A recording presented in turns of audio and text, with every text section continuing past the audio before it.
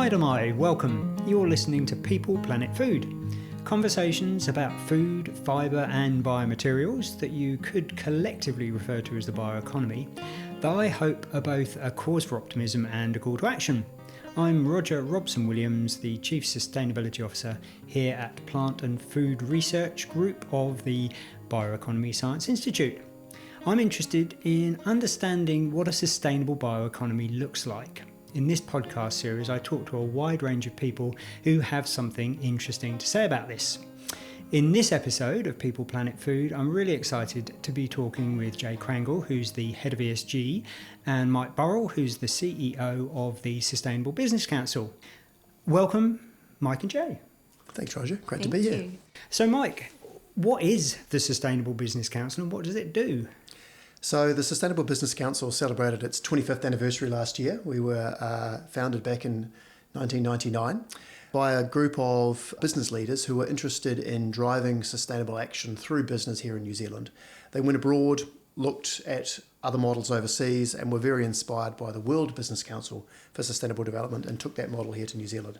Fast forward 25 years, and we're now worth about 42% of New Zealand's private sector GDP. We're about 130 of New Zealand's leading sustainability companies, covering most of the major sectors, including the bioeconomy. And our work is really around helping our members deliver their sustainability action, but also mobilising them as a group to achieve more than they could achieve individually. Now, whether that's through advocacy or whether that's through collaborations and partnerships, that's really what we're about. And what we're really about is taking that long-term view of sustainability, saying that in the end, sustainability is shorthand for enduring and shorthand for taking a forward look, so looking beyond the horizon at opportunities and risks. Yeah, and I often talk about kind of long-term prosperity rather than sustainability because of that. And I should just add that the Plant and Food Group of the Bioeconomy Science Institute has been a member of the Sustainable Business Council for 5 or 6 years now. But I'm really excited with the extra scale that we have as the Bioeconomy Science Institute. I'm really excited about the ways we might be able to kind of partner with SBC. So that's a little sidebar. But anyway, coming back to you, Mike, how did you land up being CEO of the SBC? Circuitously. So my whole life and career really has been about sustainability in one way, shape or forms. Sustainable economic development or sustainability in its purest sense. I started off studying at Canterbury University here in Christchurch. I did a degree in public policy, political science and international relations, and my speciality was environmental policy and sustainability. And then I went on later and did a master's in a similar subject at the London School of Economics. And I've worked in government on those subjects, I've worked in the private sector, I've worked internationally and domestically, and that's been the common thread through all of this. You and I, in fact, worked when I was the CEO of Aquaculture New Zealand back in the day. We did a lot of work with plant and food back then. And what drew me to this was I was actually New Zealand's High Commissioner to South Africa at the time with the Ministry of Foreign Affairs and Trade, living in Pretoria, looking for my next step. From there, I decided I wanted to go back into the private sector. I saw this role from there, applied for it, thinking that I didn't have a show, to be honest. I knew that there would be a lot of fantastic applicants for it, and I was very privileged to get it. So I started this role back in 2020, and it has not disappointed. It's a very exciting, dynamic role, amazing people that we work with, fantastic members, and we have impact, which is something that you can't always say in your job. So it's fantastic, and I'm very inspired by the people I work with. On the subject of the people you work with, I've really enjoyed working with Jay on the ESG, Environment, Social and Governance Group of the SBC. And so, Jay, what's your story leading up to what you do today at the SBC? I have enjoyed working with you too, Roger. So it's lovely to be in your offices today, and thank you for hosting us. Great question. It was kind of a happy accident. I had moved back to New Zealand after living in the UK for about 12 or 13 years. I was one of those many Kiwis that said they were going to stay for 2 years and then stayed for over a decade and met my other half there. And SBC was the first role that I applied for when I landed in New Zealand, and I remember doing a little happy dance when I got it. It was a really lovely combination of the things that matter to me. I've always been interested in sustainability in my personal life and taking climate action in the community, and this was a combination of doing that but bringing business into the fold, because I think business has such an opportunity to make a really big impact in this space. So it's a real pleasure to work with such a cross-section of organisations.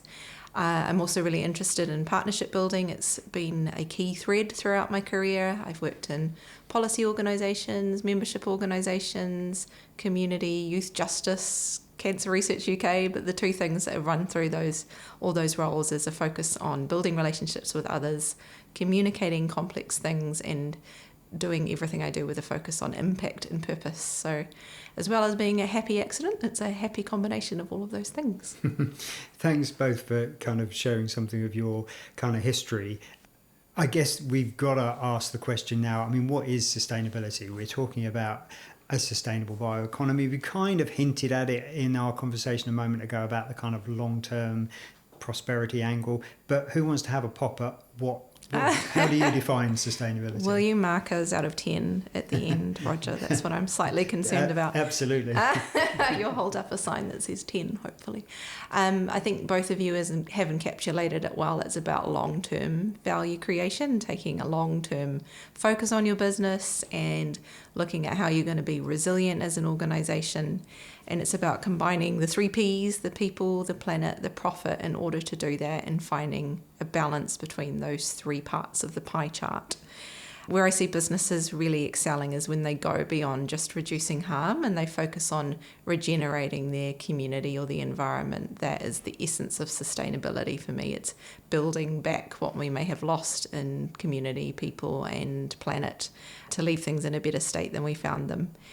And one of the things that interests me about Sustainable Business Council is the fact that, as you said, as part of our ESG working group, we do cover the full suite of sustainability. We have a focus on environment, but we're also looking at the well-being of team members within businesses. We've got a focus on respecting biodiversity, focus on fair outcomes for people who work in the organisations. So SBC does the full suite of sustainability, and I think it's always worth remembering that it is a happy medium between those 3 things of people, planet and profit.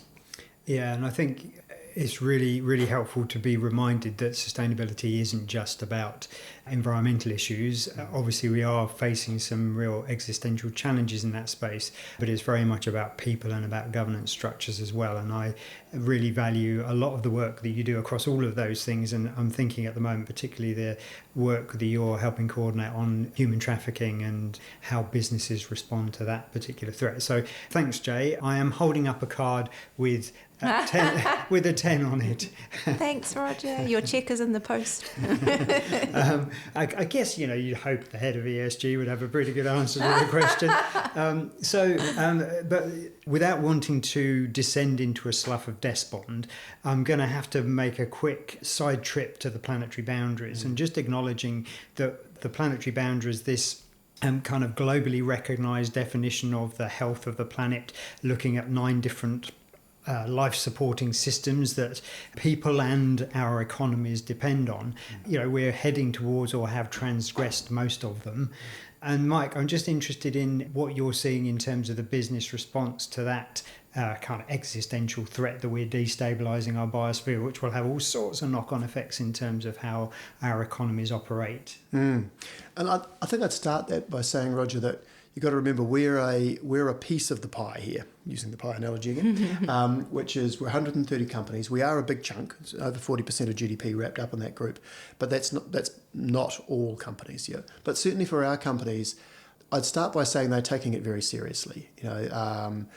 Leaders, CEOs, the C-suite, certainly sustainability leaders and professionals have realised for a long time, to use Catton and Dunlap's old term from the 1970s, that we are reaching ecological overshoot. That not only are we exceeding these planetary boundaries, but for some of them, the consequences will be decades, if not centuries, long in terms of their impact. That is, I think, well understood, certainly among our membership. The key now is not to be paralysed by that challenge, but instead to say, right, the only way that we're going to turn this around is to take concrete action, both at a systemic level, at a policy level, at an intergovernmental level, but also at a private enterprise level. You need to do all of those things, and at a community level and NGO level as well. You need all of those things working apart and together to actually have an impact. So if you look at what our businesses are trying to do, they're saying, well, how can we do the best for our business? So they're setting out a strategy to do that, looking at where they will have, they'll do a materiality assessment, of course, and say, well, where is it most material for us to take action? And they're working through that. And as SPC, we support them in that. We ask that they publish those reports annually, and we check up on them every couple of years to make sure that actually, A, they're doing it and following through, and also ensuring that they continue to be best in class, that they're the best at what they do. Some sectors, it's more challenging than others. So it's not about saying comparing across sectors, it's comparing within sectors. Are you best in class in what you're doing here? And so we do that in sort of 4 ways. One is by holding them to account. And we publish this every year and talk about what our members are doing.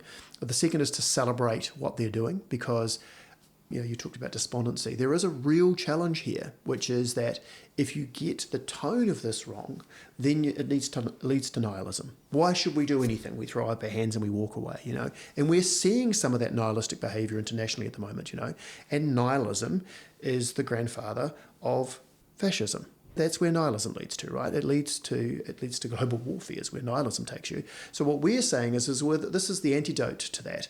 This is aligned to optimism. This is aligned to building things rather than destroying things. This is aligned to the future rather than the past. This is a civilizing project is what this is, This is about saying, actually, we can build a better world together.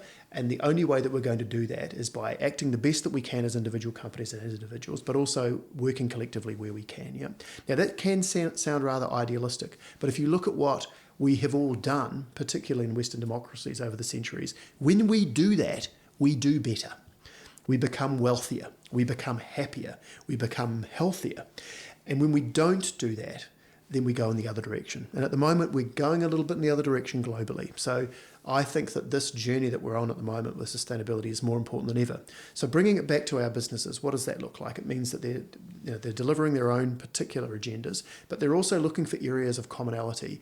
Where could we achieve more if we worked together? And a classic example of that would be in the bioeconomy space, which is AgriZero NZ. That was an example where we sat down and spoke to some of our members and said, is there anything more that we could be doing about methane? And they all said, yeah, there's a lot more we could be doing about methane. And so in a relatively safe space, because we didn't have a dog in this fight, we could say, well, what else could we be doing? And so that's where that journey began. And of course, now we've got AgriZero NZ, which is doing wonderful things.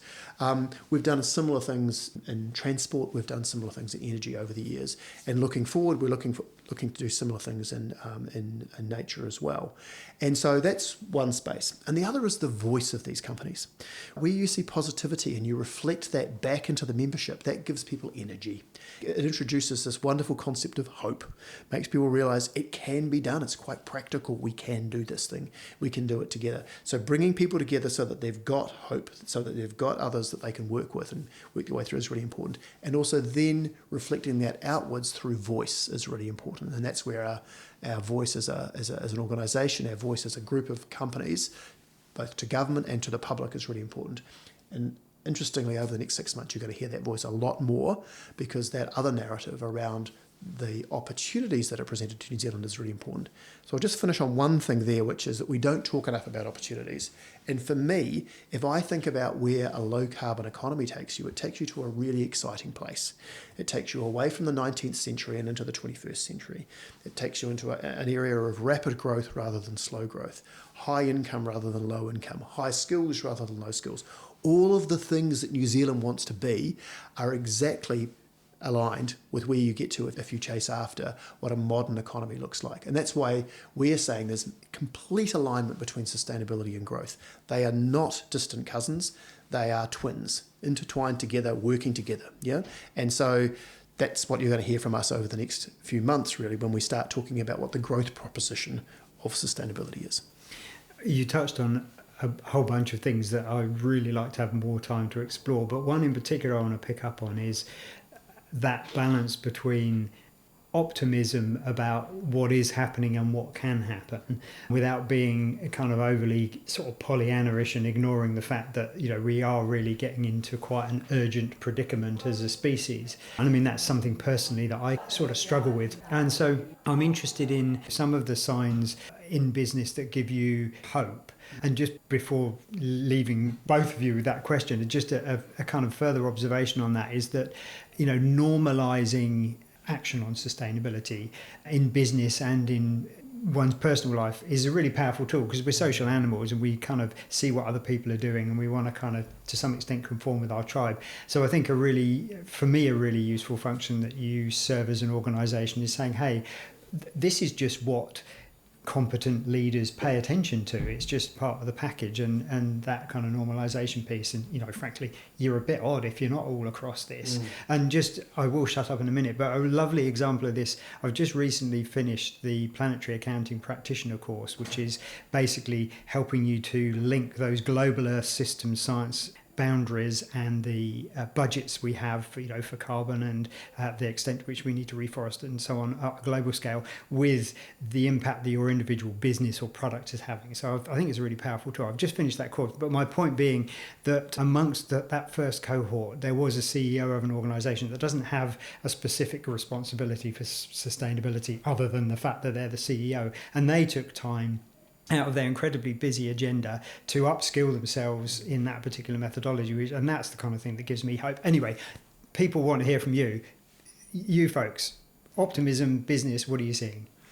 Yeah, I mean, a lot of optimism. The first thing I'd say is that the fact that we have maintained and grown our membership of large-scale companies in New Zealand since 2020, so during a global pandemic and a massive downturn in economic activity, and we've grown by 30% over that time, and we've grown our revenue base by about 80%, signals to me that these companies are very serious about what they're doing. They're not leaving, they're staying in there, and we're growing. So that's the first thing. The second thing I'd say is that more and more of our companies are putting sustainability at the heart of their strategy. They're not seeing it as a piece of marketing off to one side.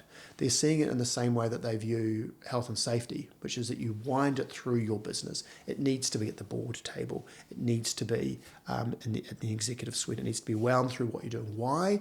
Because it's really good as a risk barometer, but it's also really good for seeking opportunities. And companies that are doing that, and we've just spent some time here in Christchurch with a range of them over the last few days, see it as a growth tool. They see it as a way of driving value. So they don't see it as an off to the side. So that gives me some hope. Some specific things. If you look at some of the work that the agriculture sector's done over the last few years in terms of investing over $172 million with government in AgriZero, that's real money on real work to reduce methane faster than our targets. If you look at the AgriZero NZ targets, they're much more ambitious than the government targets are. And that's because they believe that through innovation, you can drive that methane down faster. If you look at what we've seen in the process heat area, with huge amounts of movement away from coal-fired generation through into other forms of low carbon, and that's happened really quickly. And this is large investments we're talking here, tens of millions of dollars in certain cases. That's really encouraging as well. Yeah.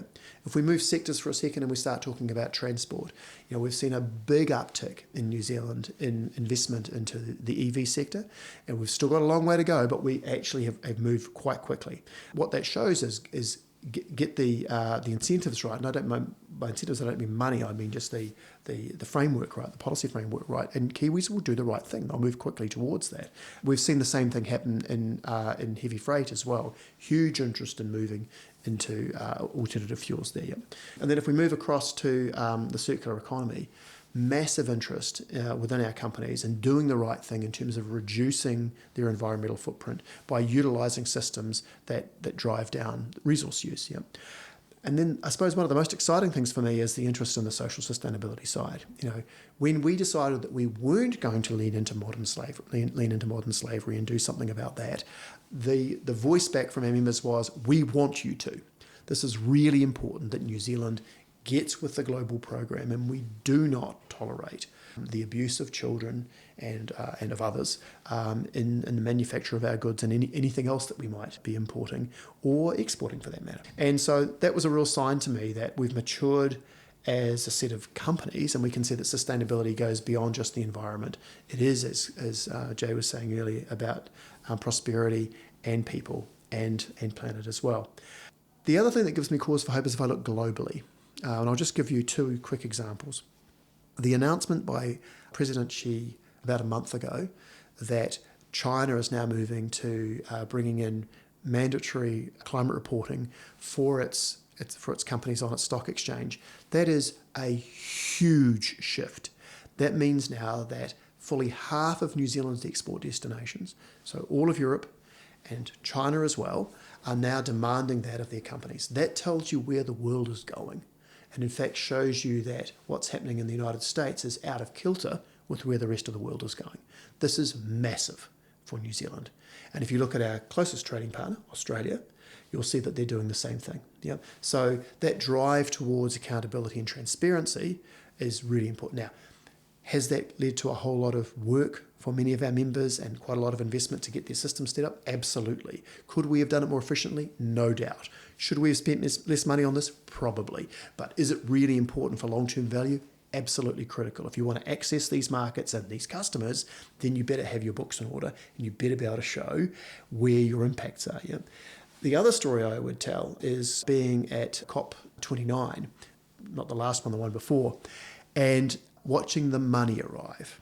So watching the money people arrive, and you're thinking, why are all of these financiers here and these very, very wealthy individuals and banks here? I know why they're here, because they realise that there's going to be a lot of money in this transition. As we move away from one energy system and one way of being to another in terms of our economy, those shifts, that's where you want to put your money. The smart money is going to where the future is. I know, it's like, you wouldn't put your money into typewriters circa 1984, right? You'd be putting it into computers. Same deal here. You want to go where the puck is going, and the puck is going into the green economy. It's going into the renewable sector. That was a moment for me because I thought, well, the real money has turned up and is there. That hasn't changed. We're still talking at least $7 trillion over the next 2 years going into renewables, going into what we might call the clean economy. Yeah? And so to me, that's really positive. Now, is it fast enough? Not nearly fast enough. It needs to get faster. What we know is that economies go into a hockey stick, right? They can grow remarkably quickly. The faster we can grow into that clean economy, the better it is for the environment, the more we can reduce those 9 indicators. Yeah? And so I want to see this transformation across to the modern economy happen as fast as possible. And we're lucky China's moving there very quickly. And where they move, that's where Europe will move. And ultimately, North America will wake up and realise it has to move there as well. All good. Just a little sidebar for me. I've got to say this. I think we also need to look to use less energy overall. I think that's one of the big challenges is our economy is so closely tethered to energy consumption, and we haven't managed to undo that tethering. But somehow we need to find a way of being with less energy into the future, I think, as well as a much, much greater proportion of that energy coming from renewable sources. I 100% agree. I think that I didn't want to give the impression that, that we want to stay being a high energy society. I think it's incredibly wasteful, resource-wise, and it's hugely inefficient. So it's very costly. So absolutely we need to move towards sustainable energy, but it needs to be much, much more efficient. So much less energy for the lives that we lead. Yeah, there's no doubt about that. Thanks. Jay. Wow. I don't know if I have much to add. That was excellent, Mike. Very comprehensive. I suppose I have 2 reflections. One, I live and breathe the fact that it's difficult to have the both and, because you both have to hold the fact that life is challenging and sometimes it seems like not a lot of progress is being made, with the fact that there are glimmers of hope and inspiration, and you need to walk that fine line between those 2 spaces. And I think SBC does that well with the way in which we articulate the opportunities in the transition. The other thing I'd say, I don't know, are you a Star Wars fan, Roger? Have you watched Star Wars? Oh, yeah, I was a massive fan when I was a kid. Back in the day, nice. I'm watching Andor, which is one of the spin-off series. It's really good. at the risk of this sounding like a Disney Plus promotion, it is worth watching. And there's a scene in it where they talk about the pockets of action, they call it in The Rebellion, the pockets of action happening everywhere across the galaxy. And for me, there's a few parallels between that and the progress that we're making on sustainability. There are pockets, there's individuals, there are businesses, there are elements of society making real progress, and as a collective whole, that gives me hope, because I feel like those pockets, when we come together to collaborate, that really shifts the dial on sustainability. And I see that as has already been articulated in the finance space, and how investors are shifting towards more responsible investments. Where the money goes, the action flows, or something like that. Money flows, action, one of those two. I see it in the actions of individual businesses. I know one of our organisations who's on our board, Westpac, is one of the largest sustainability-linked bonds in Australasia with Auckland Council. We've got Mercury and Visy signing long-term power purchase agreements around renewable energy. There's lots of pockets of good work happening because it just makes good business sense. And the other thing that gives me hope and heart is the consistent push we see from consumers in this space, and the fact that they continue to prioritise environmental and social outcomes. We produce a report each year with Kantar called Better Futures, and that shows that consumers are holding the line on sustainability, and that, combined with the progress that I see businesses making, the investment that's being made, that gives me hope, Roger. That and Star Wars always gives me hope. Thanks. And your point about kind of pockets of activity, I mean, you're in a unique position in a way to see a lot of those. Not everybody gets that view. I mean, I think sometimes just as a citizen, you can be left with a sense that somehow this is your problem to fix. It's your carbon footprint, it's your soft plastics that you're trying to find somewhere to recycle or whatever. Whereas it's a collective problem, and sure, there are individual actions that we can and should all be taking, but there are some much bigger systemic issues that need to be resolved, and Mike was alluding to them. But I think your point about these pockets, I agree, I see that.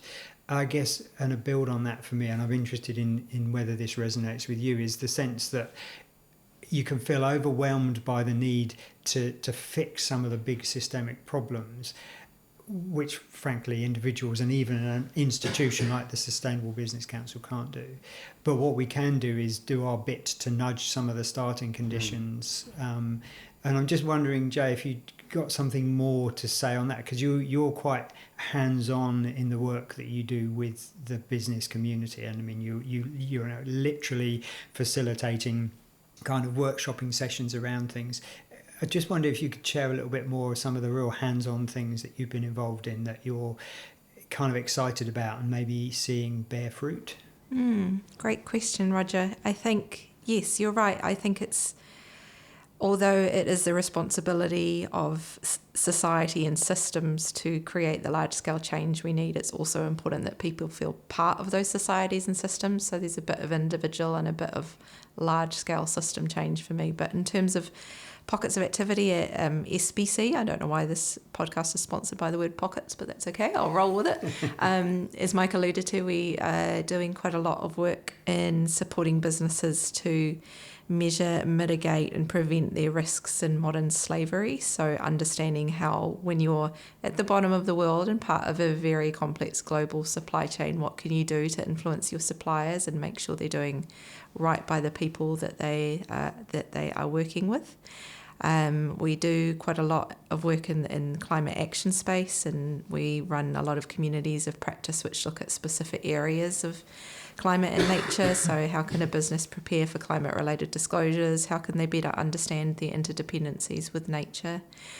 And more in the social sustainability space, we have recognised that the profession itself is feeling pretty overwhelmed, which is some of the things that you alluded to, Roger, and that we need to have a robust, supported, resilient sustainability cohort to be able to undertaking this work. So SBC established itself as the business chapter for the Inner Development Goals movement, which is a global movement looking at how personal growth can lead to systemic change. We established ourselves as that in New Zealand exactly because we wanted to support businesses with the resilience piece and making sure that the profession is thriving.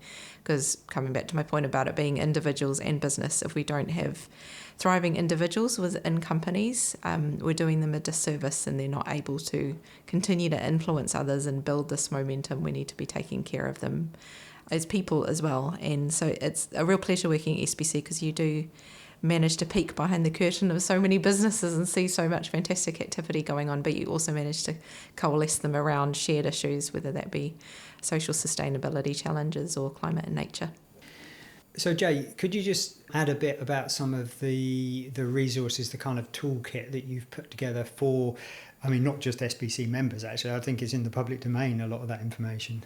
Yes, and shout out to you and other members of the ESG working group, Roger, for their engagement in this process. But we recognise there's a lot of businesses struggling with embedding sustainability across their organisations, and that challenge comes from a variety of levels. It can either be you're right at the beginning and you're wondering what carbon is, through to you're wanting to embed it in the inner workings of your executive and board. So we have co-created with a number of businesses, including the wonderful colleagues at ThinkStep, a series of tools which look at different aspects of sustainability. So, for instance, how you could go about a materiality assessment, how you think about your relationship with nature and measure that, how you can communicate transparently and openly about your sustainability efforts as a business. And that has been a real joy because we've been able to provide some resources that could help companies at any stage of their journey, and also provides them with examples of what not only what good could look like, but what great can look like, and how they go about that. So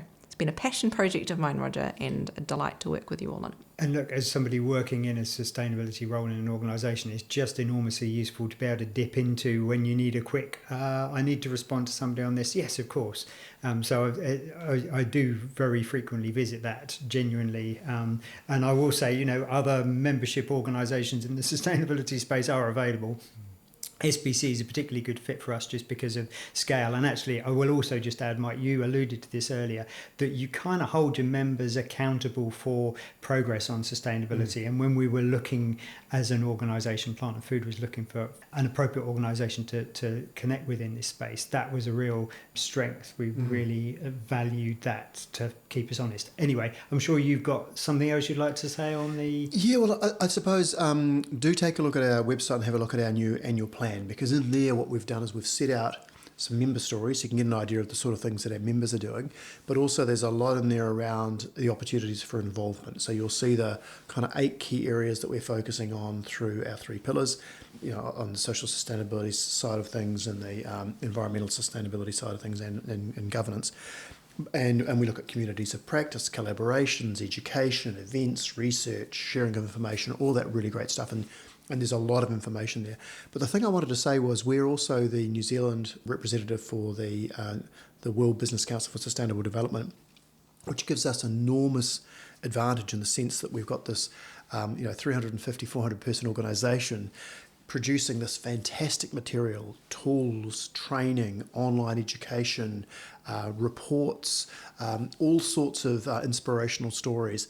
And just recently, they've very kindly allowed for organisations like SBC, what we call Global Network Partners, to now access that information for our members.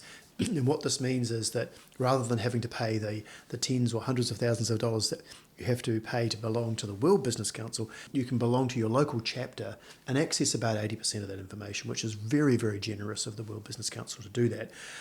We're now putting that information into our website so that it can go out to our members. Our members can see it. It's behind a firewall so that only members can see that. And we're also allowing them to go to an education academy where they can get global best practice that they can then apply to their own businesses for a discounted amount, which they can then use for anybody within their business. So they just pay one fee and they can use it for their whole business. This is us trying to, again, sort of provide more value back to SBC members so that they can accelerate their journeys. And in a way, I think of that as kind of our HQ. It's a little bit like, when I was a diplomat back in the day, we might have had very small posts out there in the world, but we had this great big head office that we could draw from to get amazing information and great insights. We do exactly the same thing with the World Business Council for Sustainable Development. So that's really turbocharging things for us, which is really exciting. So we're sort of going into a new chapter now. Yeah, that is a great new development, and I've been enjoying following how that's playing out in terms of what you've got to offer for people like me working in this space. I'm really interested in just changing tack slightly as we get toward the end of this recording, and asking each of you, if you had one thing you were going to ask of a board or CEO level in any business, what would that be? Maybe Mike, we'll start with you. If I was going to ask something of a CEO, I would ask for them to look at sustainability through a business lens, to say, what can this do for me at a strategic level? Not around the keep cups, or even around making your, even engagement. Engagement's important, that's true. But if I want to turn the dial on my company, if I want to get higher growth, how can I use sustainability to drive that growth? And I think if they were to work with their sustainability leaders on that, as well as their C-suite, they would quickly realise that as soon as you start taking more like a 10 to 20-year time horizon, maybe even a 30-year time horizon, suddenly those risks become more apparent.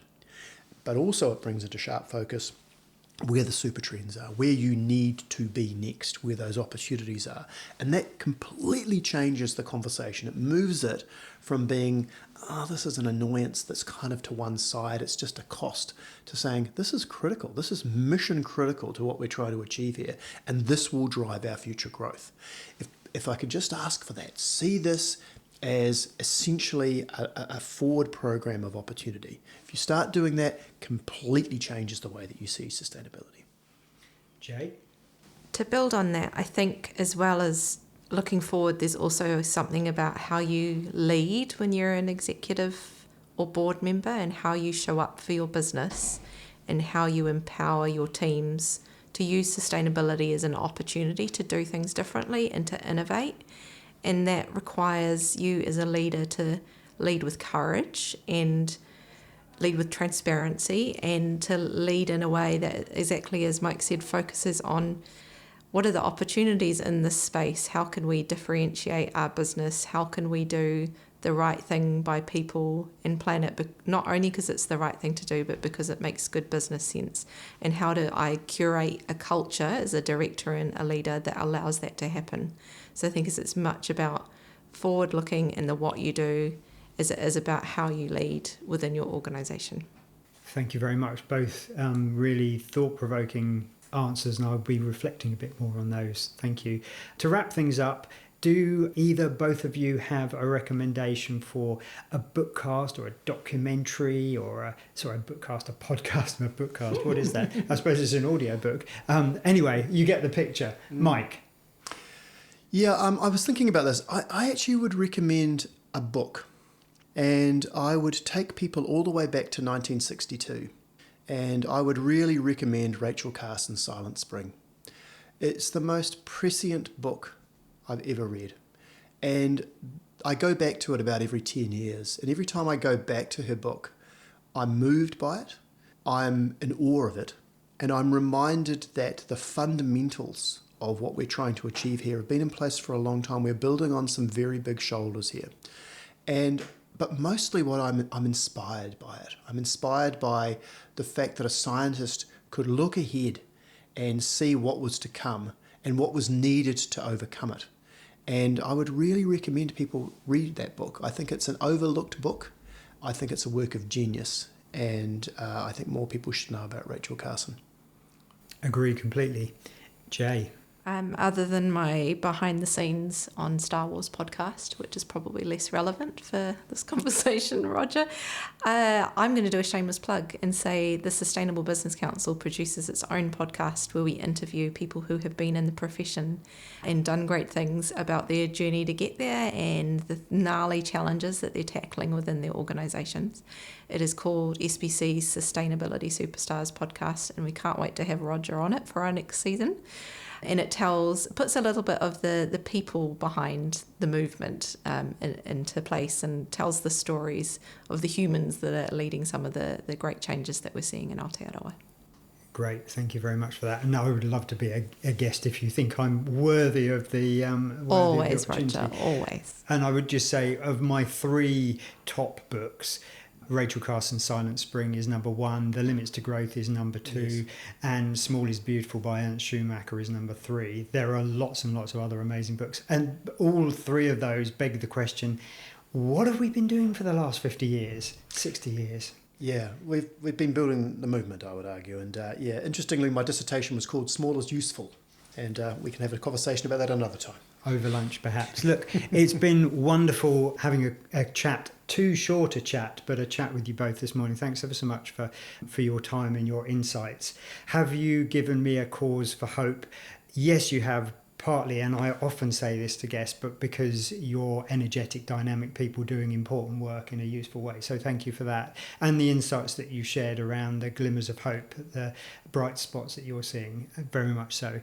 Have you issued a kind of call to action? Well, any businesses that might be listening to this surely are going to be at least checking out your website. And a bunch of people are going to be looking at Star Wars movies now, and other people will hopefully be getting Silent Spring and having a read of that. Mind you, you need to be sitting down and have a cup of tea with you for that, because it's a difficult read. It's a difficult read, but definitely worth doing. I'd be going with an Irish whiskey myself, yeah. Well, I didn't want to, all sorts of beverages are available. And look, to all of you out there that have been listening to this podcast, I very much hope you've enjoyed it. Thank you for listening. If you're interested in more of these sorts of conversations, then please subscribe to Sigest and rate and review the show. That's really useful. And I guess more important than that, share it with other people that you know who you think might be interested. But most importantly of all, if you know of somebody that you think I should have a conversation with on these broad topics of food, fibre, biomaterials and the bioeconomy, please do get in touch on sigest@plantandfood.co.nz. That has happened, and it has actually led to a whole research project in its own right, so please do get in touch. Thank you very much for listening. I'm looking forward to the next podcast. I'm going to keep it under my hat who the guest is going to be. You'll just have to wait and see. Anyway, until then, Mā te wā. See you next time.